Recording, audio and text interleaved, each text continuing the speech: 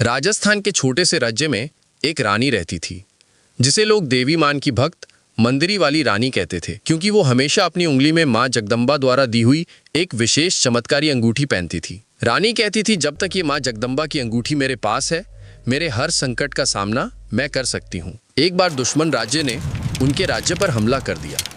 राजा युद्ध में घायल हो गए।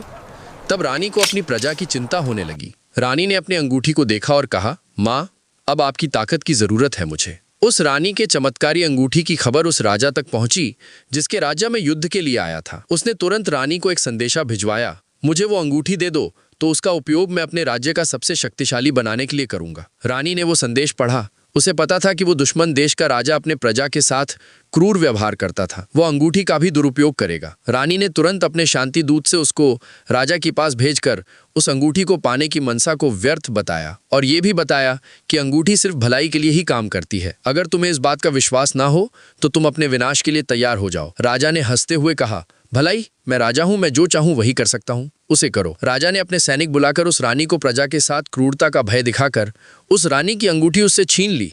पर जैसे ही उसने अपने बुरे इरादे से उसका उपयोग करना चाहा, तभी अंगूठी की चमक बुझ गई। फिर एक आवाज गूंजी, लोभी रखने वाले को मैं शक्ति कभी नहीं देती हूँ। ये आवाज अंगूठी में से आई। राजा डर गया। डर के मारे उसने अंगूठी गिरा दी।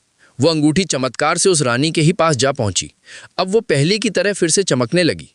ये चमत्कार देखकर राजा को बहुत शर्म आई। उसने अपनी गलती की माफी मांगी और रानी से कहा, जिस राज्य की रानी इतने बहादुर हो, समझदार हो और स्वयं माँ जगदम्बा की भक्त हो, उस पर हमला करना बेवकूफ़ी होगी। ये कहकर वो राजा लौट गया और उस रानी से उसके राज्य में कभी भी हमला ना करने का वचन दे